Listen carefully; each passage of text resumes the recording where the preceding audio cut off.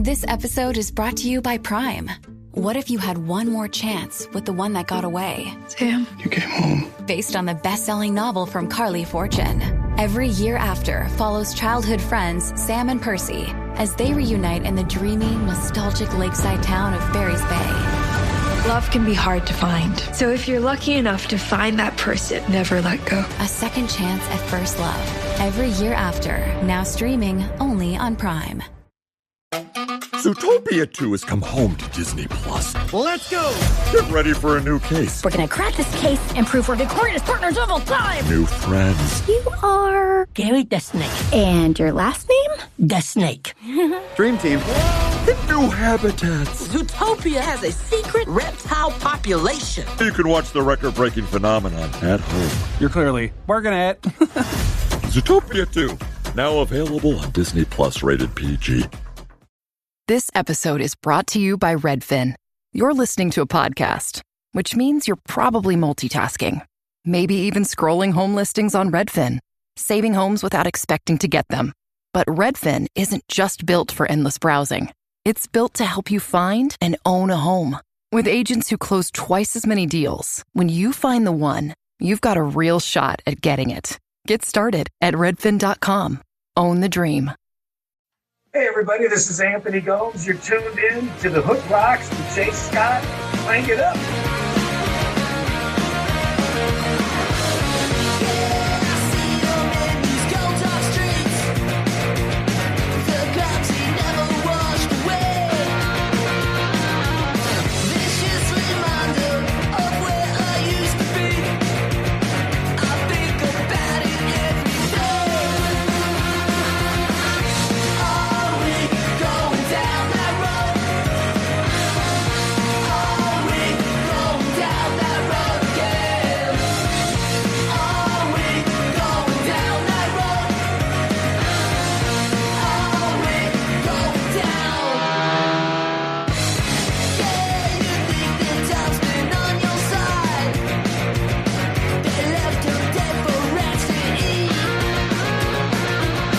Hey everyone, what's happening? I'm Jay Scott. This is the Hook Rocks, the ultimate rock community podcast.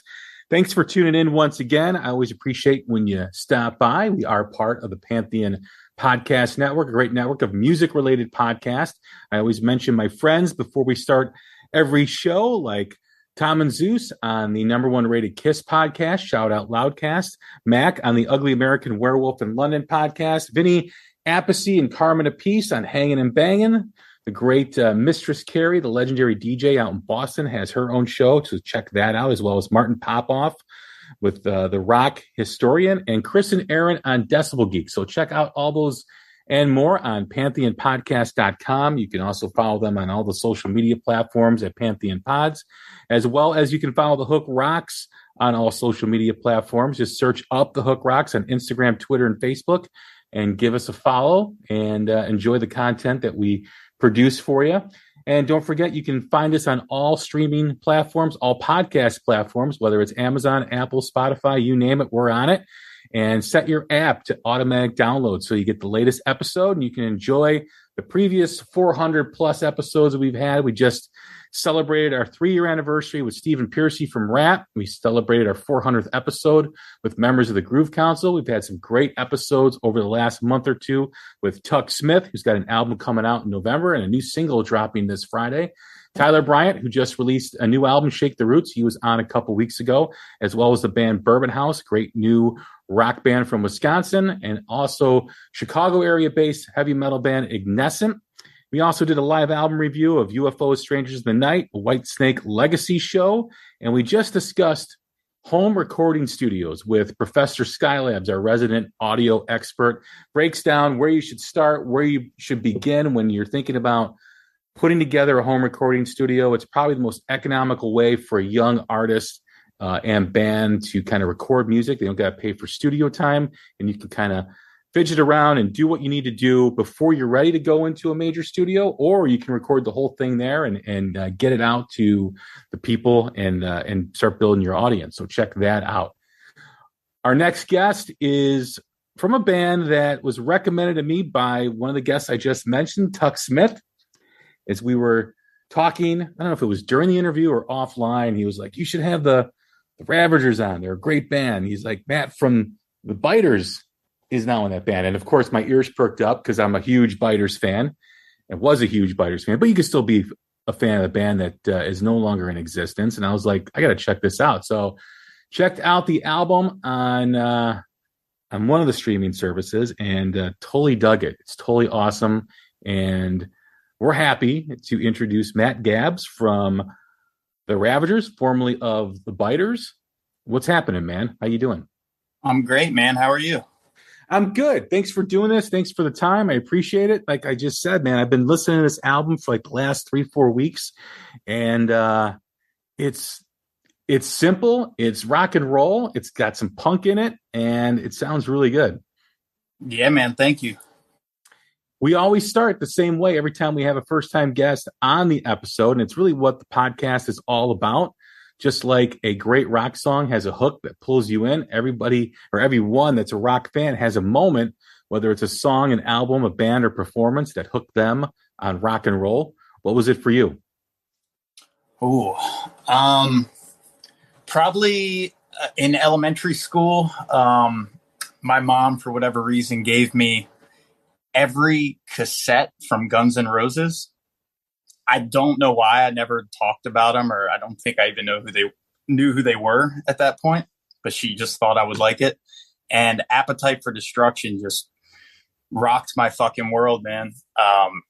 It just was terrifying and awesome. And it was just a lot of things all at once for a kid that age, and the artwork and everything. It was like the OG artwork, you know? Yeah. The one that's banned. Fucked me up, man. I was like, what am I looking at? What am I listening to? I want to know more about this. That's fantastic. It reminds me of when my son, he's 17 now, he got in the car. I picked him up at his mom's. He was 5 at the time, 4 or 5. And I'm driving and he's listening to, or he's singing Poker Face by Lady Gaga. Mm-hmm. And I'm like, what are you singing? He's like, Lady Gaga, I think he said like Pucker Face or something like that. Yeah. And I turn around and I'm like, all right, I need to start working on this because he's going down a path he shouldn't be going down. And lo and behold, like 6 months later, I'm taking him to his first concert, which was a Butch Walker show. Oh, nice. And, taking him to so many shows. Now he's playing guitar and he's, listening to the rock t-shirt to school every day. So, cool. How old is he? My legacy is still intact as that moment, but it's kind of similar to your mom. You may have done something that like, I better put him on the path to rock and roll. Something she saw in me as a little kid made her do that, I guess. I never got to ask her why. She just like right up to the spaghetti incident, just here you go. And I don't know why I started on Appetite, probably because I had the coolest artwork. And yeah, I mean, maybe it was, she used to watch MTV a lot, and she probably saw me react when their music videos came on, because I remember like the Paradise City music video.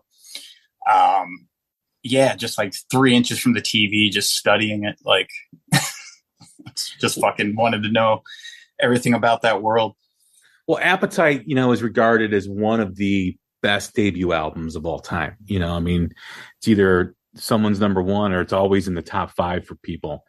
And what's great about that album is obviously the music, but the element of danger and the edginess to it that really was kind of lost up until that point. You can talk about the early 80s of hard rock and heavy metal, and it definitely had an edge and it had that danger element to it, but then it kind of became very vanilla. It became very cookie cutter. And all of a sudden there's this band that comes out that, looks like they live in a back alley, and they look dangerous. They look like, if you brought them home and your mom met him, she'd tell you to stop hanging out with that kid. And that was such the attraction for Guns N' Roses, because it was like, these guys look like they're into something they shouldn't be in.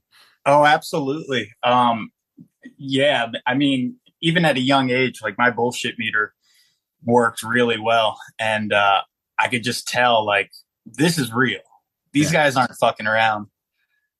I don't know what this is yet, but this is the realest form of it.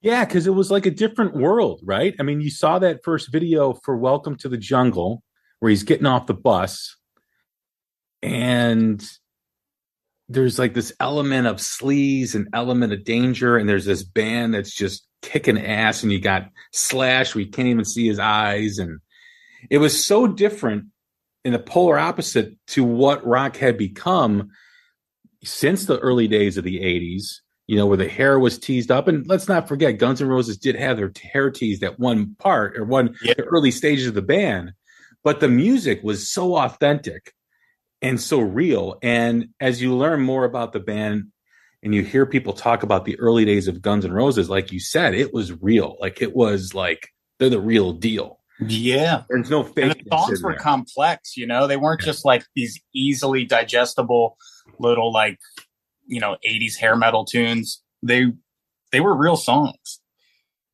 Where did it go from there for you? Like what was next? I mean, obviously there's this introduction with Guns N' Roses. When did it become like you wanted to pursue music? Well, I mean, that instantly made me want to pick up an instrument.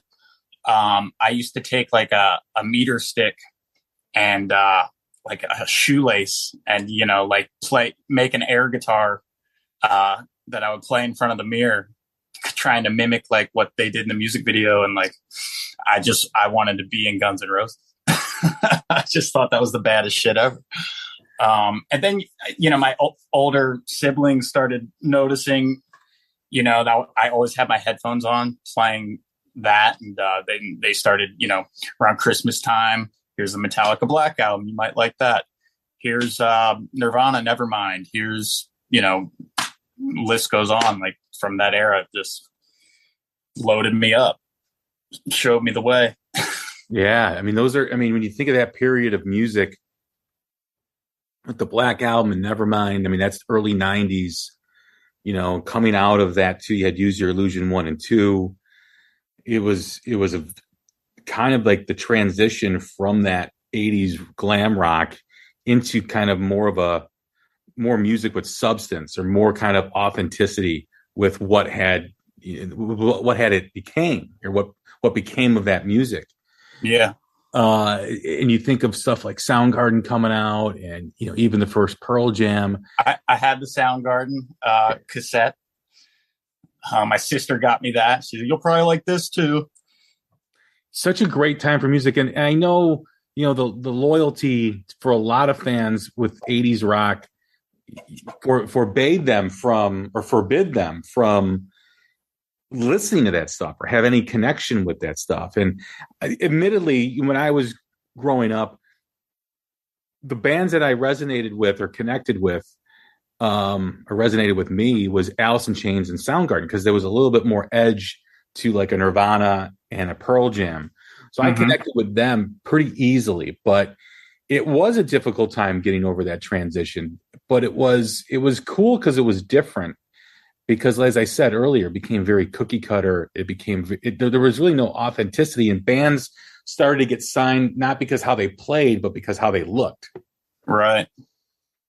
So when you think of your journey into rock and the music that you began collecting, was there a show? Was there a moment that wanted you, you know, to pick up guitar or led you to pick up guitar?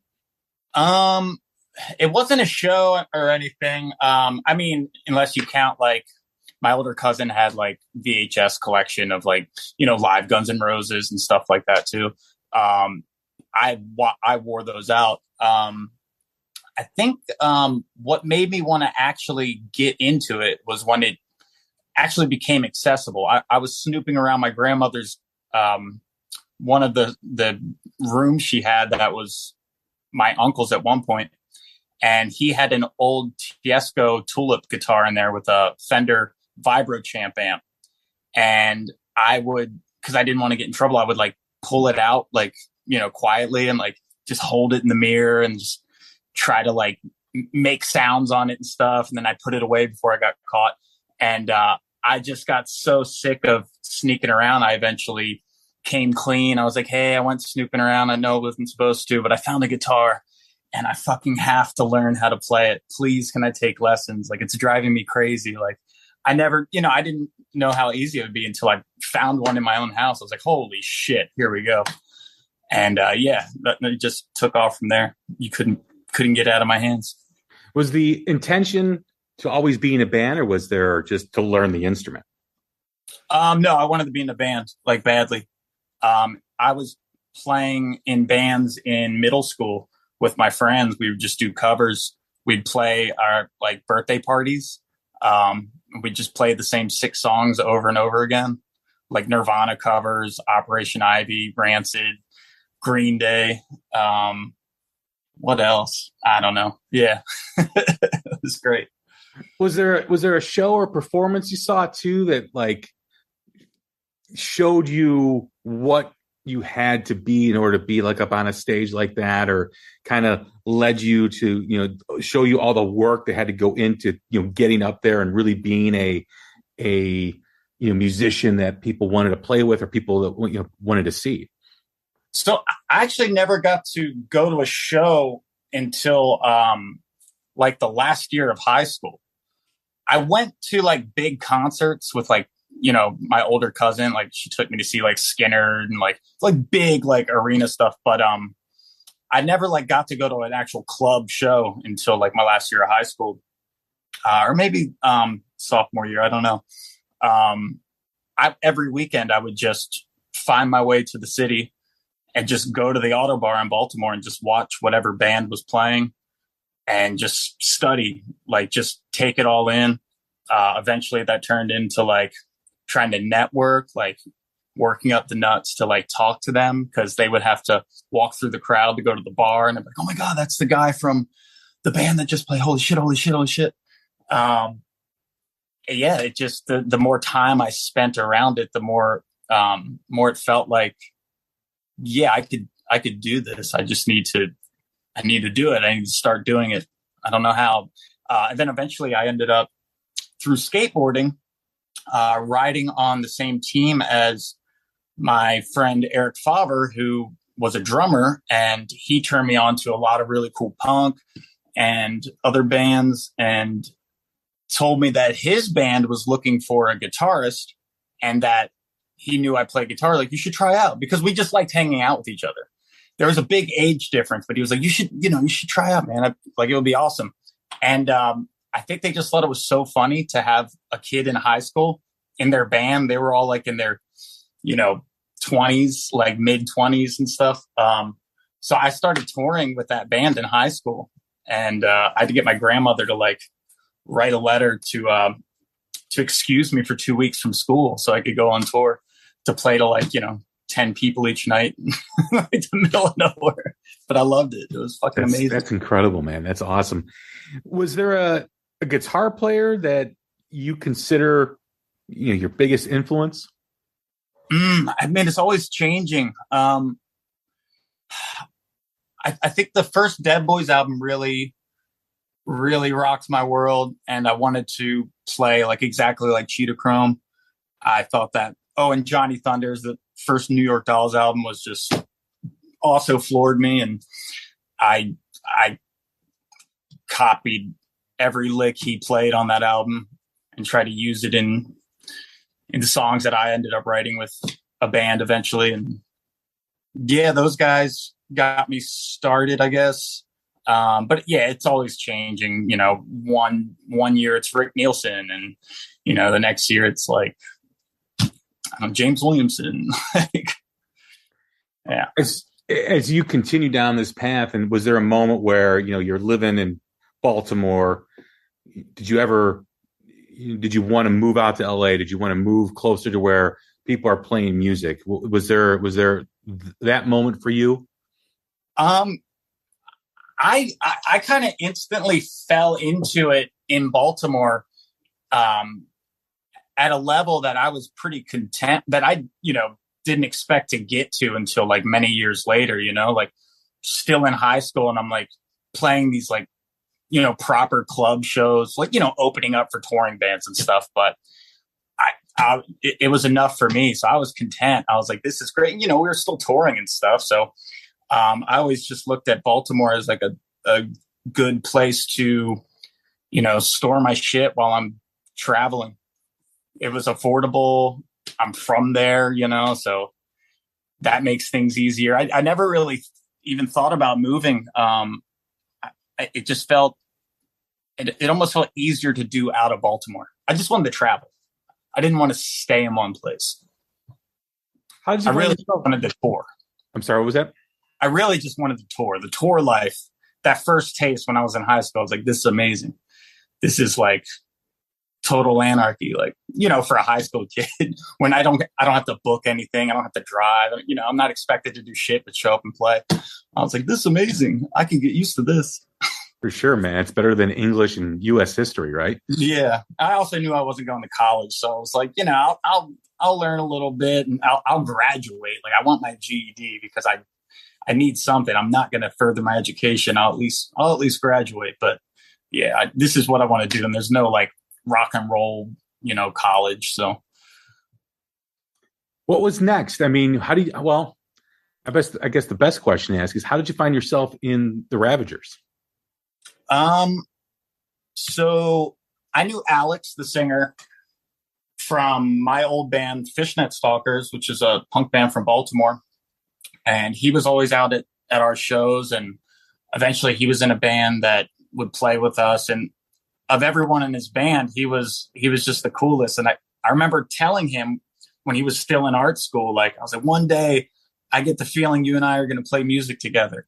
Like there's something like, you got something that I vibe with. I don't know what it is yet. And I mean, 10 years later, that eventually happened. But yeah, he was living with me at the time when he started Ravagers.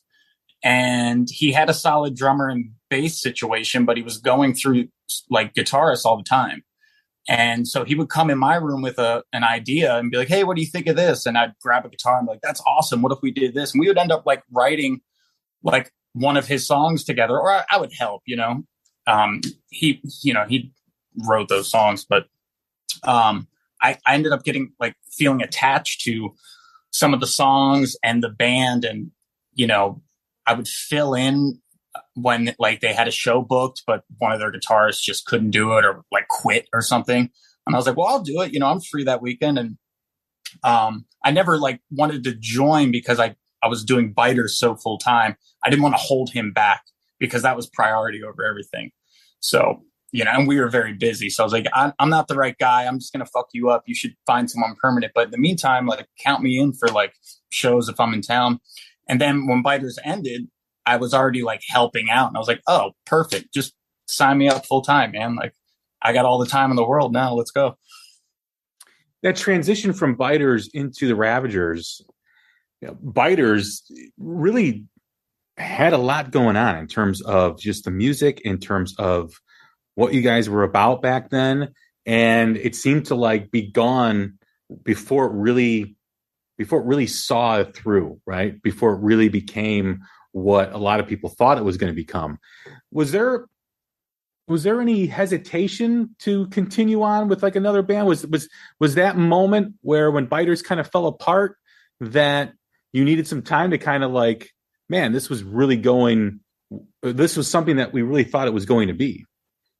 Well, I was already kind of like part-time guitar sit-in with Ravagers. So really like when it stopped, I was just like grateful that I still had something, because it was important to me to have some kind of outlet to like play music and an excuse to travel. Like I can't really afford to travel the way a band lets me travel. So I was going to miss that sooner or later. So no, I was okay. I just jumped into Ravagers full time. It was kind of like a smooth transition. I don't know if Ravagers wasn't a thing. If I would jump right into a band, I probably would have at least taken like a full year off just to recollect myself.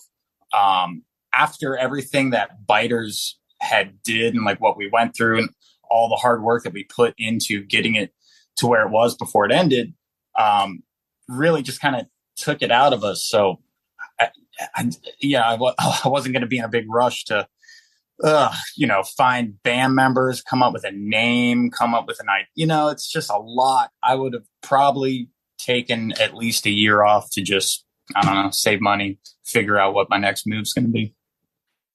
Doing this podcast, has allowed me to hear a lot of stories about the business side of music and the heartache, the heartbreak, the disappointment.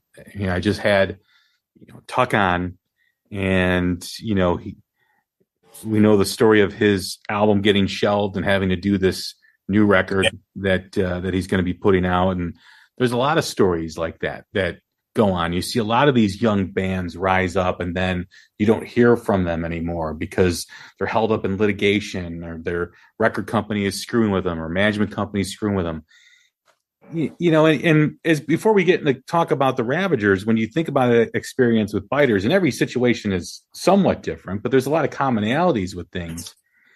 When you have that kind of fall apart, there is a little bit of a healing mentally that you got to go through, because like you said, you put a lot of hard work in it. You put a lot of time in it.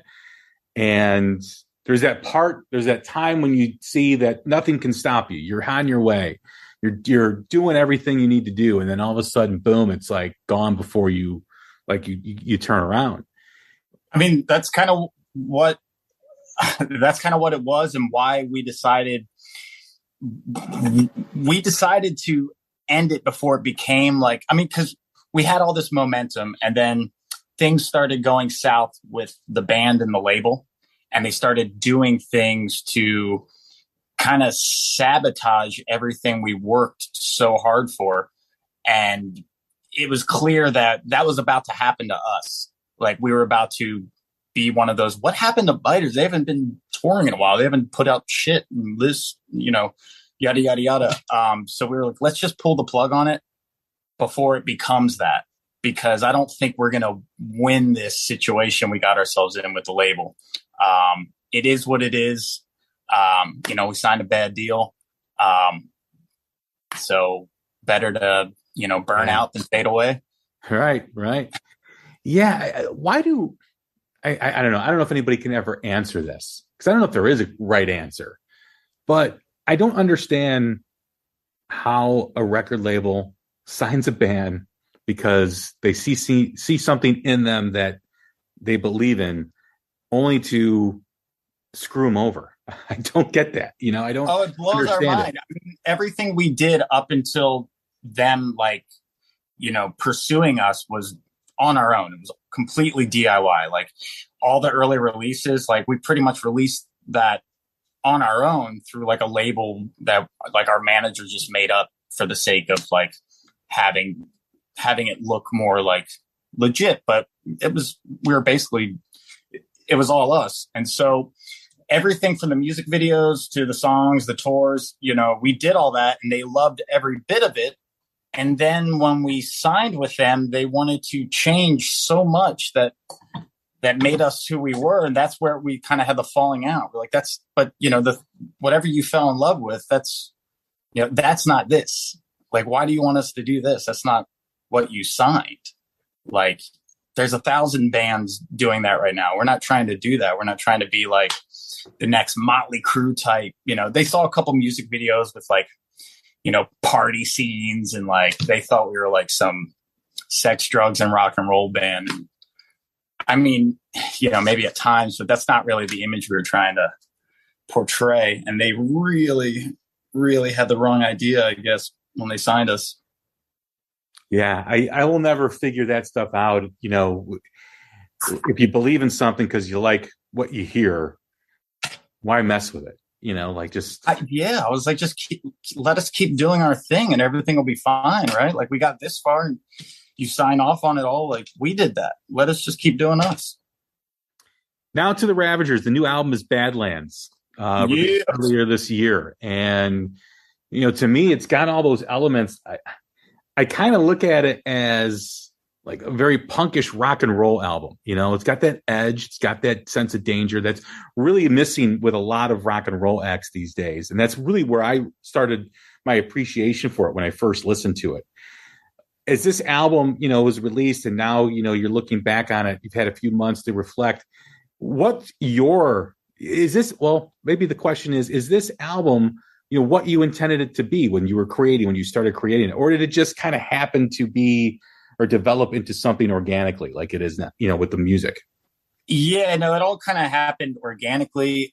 And then also asking Tuck to produce was like a given. Like, you know, we have such a background. Alex, too. I mean, Alex has been like friend of the Biters since day one. He did all the artwork and he would travel with us and stuff. So, yeah, we kind of knew, like, I didn't know how it was going to come out. I just knew if we went down to Atlanta with Dan Dixon and Tuck doing the record, it was going to be something we were all very proud of. And yeah, I mean, it exceeded my expectations for sure. I love that album. Yeah, no, it's definitely, it's a fantastic record. And, you know, you do have, super proud. It's like, it really did come out way better than I thought it would. Leading up to this album, obviously, you know, we went through a couple of years of dealing with the pandemic and, you know, which hindered a lot of creation and the creative process, maybe not creating upon yourself, but just creating and collaborating with others. There's obviously Zoom, there's ways to communicate, there's ways to make music, but coming out of the pandemic and into this record, you know, was there a sense of like a rebirth for you as a musician, as, you know, for the band in the direction that you guys wanted to go? Man, the pandemic kind of slowed us down. That most of those songs we've been playing live for years and just waiting to record them, and so many setbacks. It was just long overdue. It feels old. I mean, even when it came out, it almost felt like, all right, we got to start writing for the next one. I don't know. It just felt nice to finally get it out. But yeah, we had been sitting with that for quite some time. Like, except for like maybe like one or two that were kind of came together last minute. But the majority of that album, like, we had performed live, we had sat with for years. We were just waiting to get in the studio, and then of course waiting to get the physical records from the pressing plant, which was, because of COVID, way backed up. We waited like almost 2 years. Like, it was done, and we had to wait like, I think, almost 2 years before we had like physical records so that we could, you know, tour, because we weren't going to go on tour without the record. Like that's just not wise. So yeah, it was just like, finally. How do you stay connected with that music when you recorded it 2 years ago? You know, I try not to really think about it, and then when it's time to do music, you know, like when I'm in Baltimore with the guys, it's like a nice refreshing, like, oh yeah, this tune, nice, yeah, this will be fun. And we're just, you know, in the space. Like, I don't really dwell on it too much. I don't want to overthink them. I'll start fucking with them. I'll start rewriting parts that are fine, and then you'll just end up with this mess of you know, what used to be a nice simple song. Because that's a unique experience, and unfortunately, because of the pandemic, it is pretty common, at least during this time frame of what's been going on. But you know, you record music that you've been playing for a long time, and now you got to sit on an album for a long time, and you're still creating, right? Because you're a musician, and you're naturally going to create music. You're naturally going to try writing a riff. So for 2 years, you're waiting on this album. It finally arrives from the press plant. Now you got to go play these songs live, but you've got some other stuff that you've been working on. How do you like navigate through that? Where now this album, you got to go back to these songs that you had 2 years ago, even though you may have ideas or demos of new stuff that you're excited about, right? I'm kind of a fan of recording any idea that I think is worthwhile and forgetting about it, moving on, trusting that it's saved. And when it's time, I revisit it And sometimes I remember it very well because, you know, it was catchy. And sometimes it's like I'd never heard it before, and probably in a bad way. Like, oh, if I can't even remember this riff, then it's probably not any good. Let's just scrap that. But yeah, I don't know. I just, I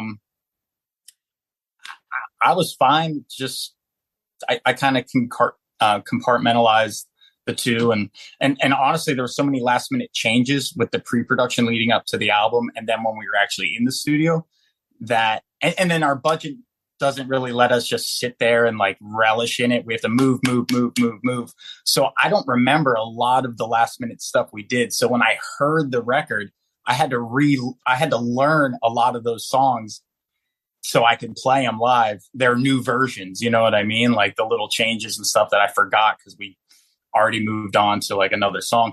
So yeah, I was all, you know, new record brain. That was it. I wasn't really thinking about, I mean, we hadn't even toured for it yet. I was like, you know, we have plenty of time. They're saved on your phone. You know, you don't need to stress about that. When it's time, you can go through and pull out anything that's good and get with Alex and see if it's worthy of a song or whatever. But yeah, no, I just like was full on Badlands. What's it like touring after a pandemic? I mean, you've had this big gap in people playing live, and now you have everyone out there touring. Everyone is itching to get out there if they haven't already. And there's so many shows coming through. It's a saturated market. It really is. And, you know, yeah. I mean, I didn't like it too much, man. I kind of got used to a different way of living over that pandemic, man. 2 years and just sitting at home doing whatever I wanted was pretty fucking awesome. I didn't realize how burnt out I was from, you know, all the Biters touring until I wasn't allowed to do it for 2 years, and I was okay. I was like, I'm okay. I could go a little longer. I wasn't like some people were losing their minds, like I got to play a show. I'm going crazy. But I felt like we went so hard that I was kind of enjoying the break. You know, I was still playing guitar and stuff, but I was like, this is nice, man. I'm just home. Me and my wife just hanging out. Like, I get to see her all the time. This is cool. And then when we got back out on the road, I had a lot of rust to dust off.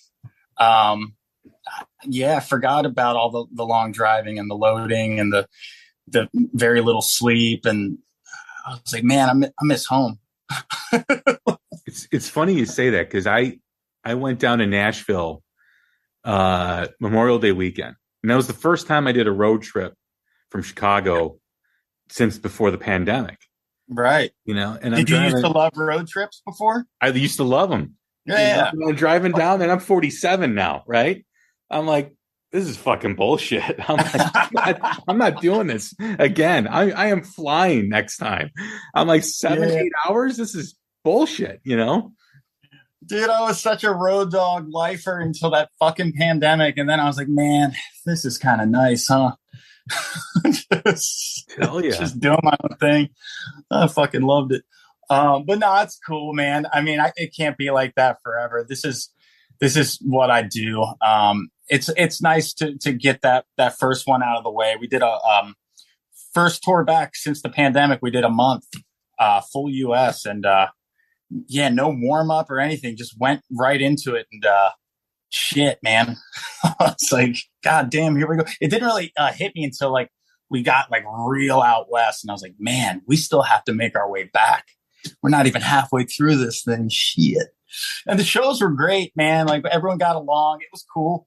I just missed my little creature comforts and my bed, and I got too used to that. That was the longest amount of time I'd ever spent at home since high school. I was always on the road or just doing something. I being forced to stay in that long, I never thought I would have adjusted so quickly. But I was like, I'm okay. Yeah, I can do this. This isn't so bad. What was it like ramping up?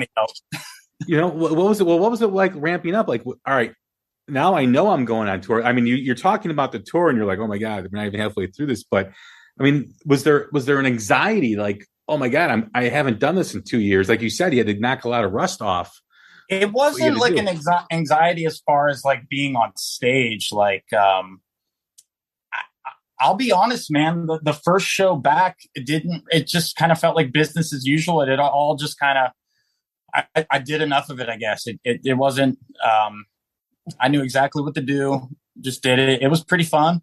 But yeah, man, like I was 2 years older, and, certain muscles haven't been worked out like that in a while. My stamina, just those things that you have when you never stop, and then it goes away when you take a 2-year break. And it was educational. I was like, oh man, okay.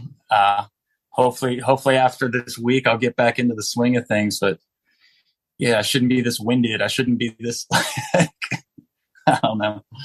That's an interesting way to look at it, because I think that's a forgotten element of what you do, what others do in music, right? I mean, because you do get into a cycle, right? Yeah. Write, album, tour, write, album, tour. There's little breaks here and there, but you become a creature of habit. You know what to expect. That's taken away for a long period of time. And then you have something that you recorded prior to it, and you're like, oh yeah, we made this record. Now I got to relearn some parts, and oh yeah, we're going on tour again.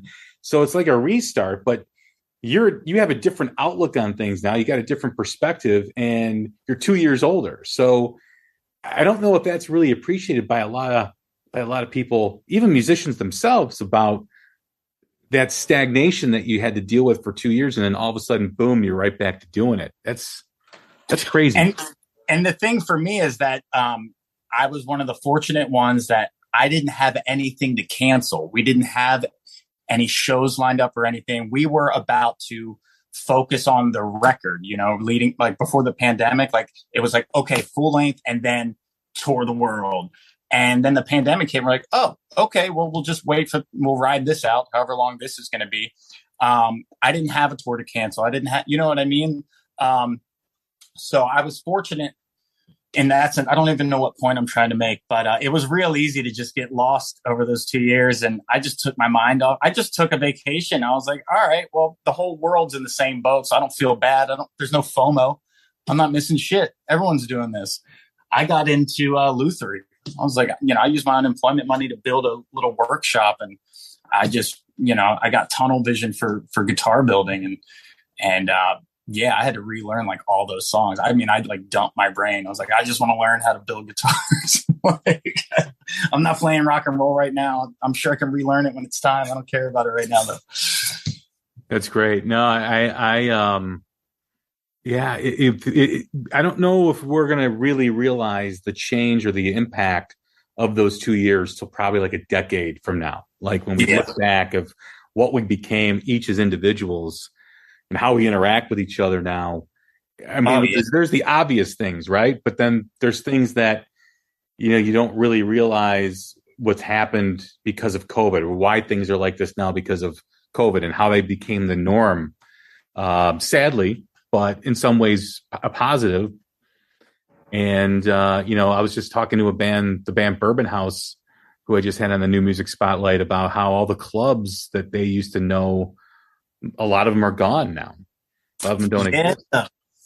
That's right. Over that time, a lot of so much change.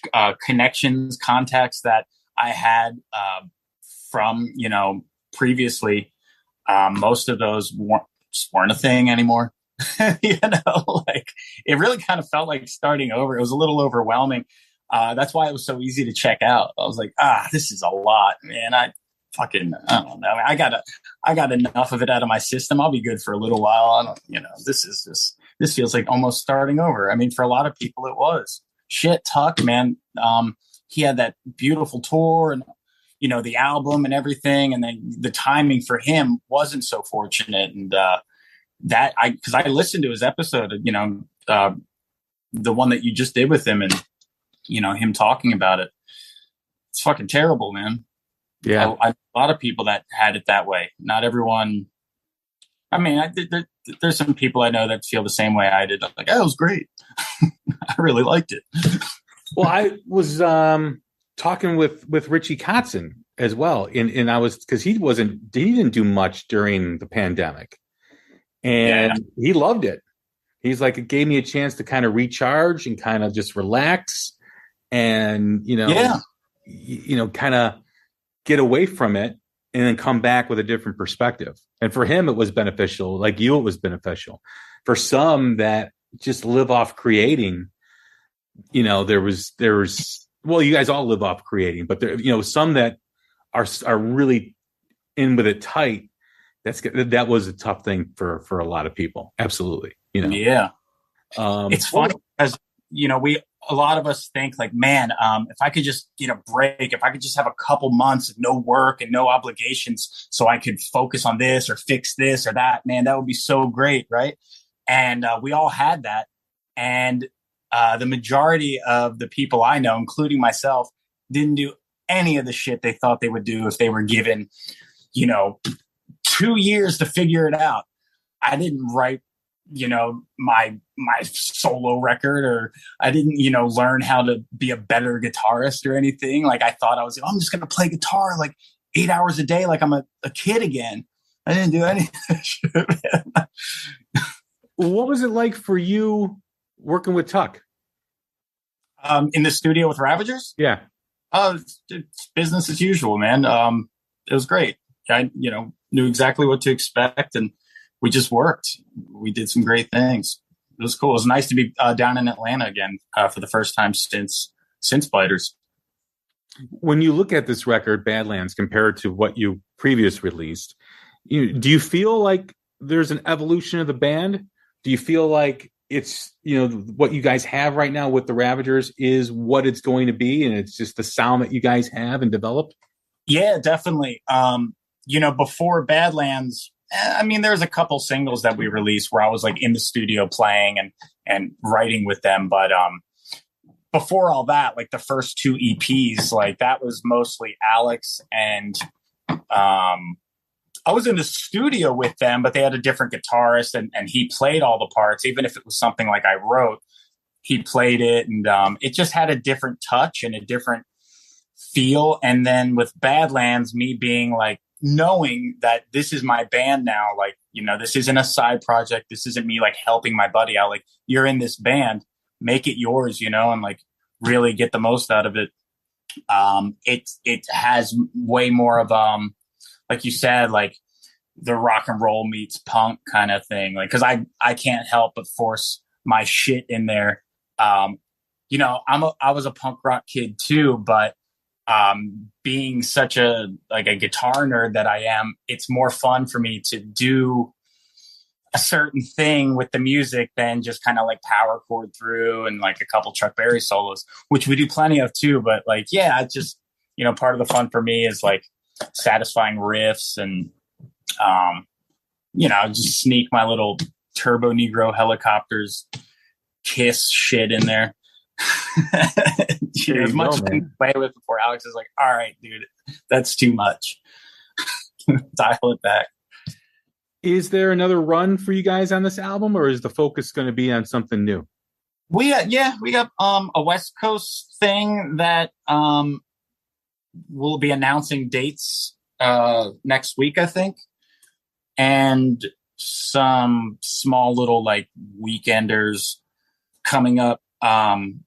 I think we're going to try to do Europe next year with it. And then I think we'll be done. I think then it'll be studio time. I already started kind of playing around with some new ideas. I'm going to see Alex tomorrow, and hopefully we can spend some time with some guitars and GarageBand and start laying down some ideas for the next record. The way music is evolving in terms of the business side, in terms of how music is released, how it's absorbed now, is always the goal for you guys to release a full-length album? Is there an EP idea, or is it single to single now? Are you guys concerned with what's happening? I like releasing like a couple EPs a year because it's easier to get in the studio for like 2 to 4 songs and then release it, do a little touring for it. You can do that like 3 times a year and look like you're really, really busy. And, it's a good look. And I think it boosts the band up a little bit to have like these releases and then the promo that goes behind it and stuff. It takes significantly longer to write a full length, at least one that you feel good about, and then record that and tour for that. Unfortunately, I think that's where we're at. I think we did enough EPs over the years. Now we have our first full length out. I think the next step will be a follow-up full length. A lot of people. Who knows? I don't know. I mean, I'm 1/4, and we're pretty. For the most part, we kind of vote on things. So maybe that's not what we do, but that's probably my vote. Full length. Well, it's also kind of the reason why people release music the way it is now, whether it's single to single or EPs multiple times a year, is because of the tour demands, right? It used to be, you do a tour, you write a full length album, then you get out there. But those days are gone. And like you said, looking like you're busy and looking like you're putting out music continually allows you to keep touring, allows you to stay on the road. And let's face it, that's where the money is these days. And it's more press, right. You stay in front of people more. Exactly. It's a good move. I'm not opposed to just cranking out a couple EPs and then putting them all on one. And like, here's our, singles going steady, or our best of, or whatever. I don't know. Or do limited edition stuff like on vinyl, which is so frustrating when I'm on Discogs looking at biter stuff and the amount of money that people are selling that stuff for. Oh yeah. I get an argument. It's funny though, because like you'll see like some crazy price on any given record, and then you'll randomly see it in a record store and it's like $7.99. I'm like, damn. Guess they didn't Google this, or maybe this is actually what it's worth and the other people are just crazy. I don't know, but I get surprised from time to time at some of the prices I see. People text me too, and they see like a record that I was on in a music store, like, check it out. Tell you, man, Discogs is going to drive me into bankruptcy. Yeah. Once it's like once you get on that site, you're done for the evening, and it's like, is that where most of the money goes? Hopefully the fraud department on your bank card like stops the charges and like is kind of a slap in the back of the head that you need while you're like looking at stuff on there and like, oh my God, there's a green Ride the Lightning Metallica album. I can't believe it. Only released in France. How much is that? And you can go nuts. They're investments. Yes. Yeah. Tell that to my ex-wife. Yeah. Well, hey, man, it's been a great conversation. It's been a great time having you. I really enjoyed it. I enjoy the album Badlands. For everyone listening, go check it out on all streaming services and check out the album. You can purchase the album on the website. Do you want to tell people where they can find you? Ravagers Gang on Instagram. There's a link to our website on there. I don't know what it is off the top of my head. I don't visit the website. But it's on our Instagram. It's pretty easy to find. If you just type in Ravagers Gang on Google or Ravagers Band, I think there's like a Marvel movie that fucked up our search. I don't know what, there's a character called Ravagers or something. I don't know. But we used to have it good until that movie came out, or that show. And I'm trying to think about what that is. Yeah. Is it it's like an animated thing, I think. Is it? Okay. Well, it's been a pleasure talking with you, Matt. And you can find the ravagersgang.com. You can visit them on Instagram, Facebook as well. And as you hit their website, it does say West Coast Tour is coming. And if you go drop by their merch tab, you can find the album, the CD, you can find a patch, you can find a couple flags, which is really cool, and some t-shirts. One thing I got to say, man, is the album covers and the creative, the way you design like t-shirts and stuff like that is really cool. I mean, it's definitely different, and that's what makes it really cool. So that's Alex. That's our singer. He's a graphic designer. That's another thing that really attracted me to the band is it's just got a really tight, cohesive image that goes along with everything because he is able to do both and do both so well. So yeah, that's Alex. All the artwork, all the merch. It's crushing it. It's awesome. Well, thanks again, man. I appreciate it. Yeah, man. Thank you. Everyone, that's Matt Gabs from the band Ravagers. Check out ravagersgang.com. And like I said, stop by their merch tab and pick up some merchandise. Always support new emerging bands as we all kind of bang that drum constantly here on The Hook Rocks. I'm Jay Scott. This has been another great episode of the New Music Spotlight. Talk to you later. Take care of each other, and see you soon.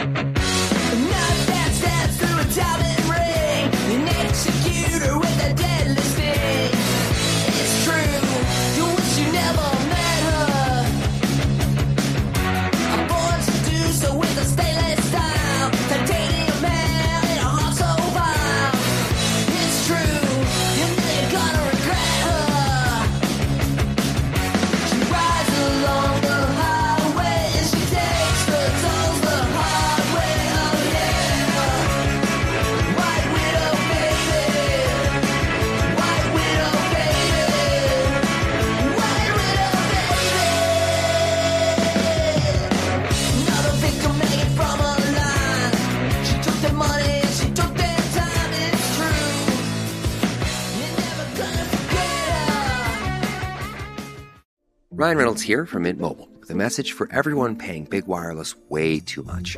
Please, for the love of everything good in this world, stop. With Mint, you can get premium wireless for just $15 a month. Of course, if you enjoy overpaying, no judgments, but that's weird. Okay, one judgment. Anyway, give it a try at mintmobile.com/switch. Upfront payment of $45 for 3-month plan, equivalent to $15 per month required. Intro rate first 3 months only, then full price plan options available. Taxes and fees extra. See full terms at mintmobile.com.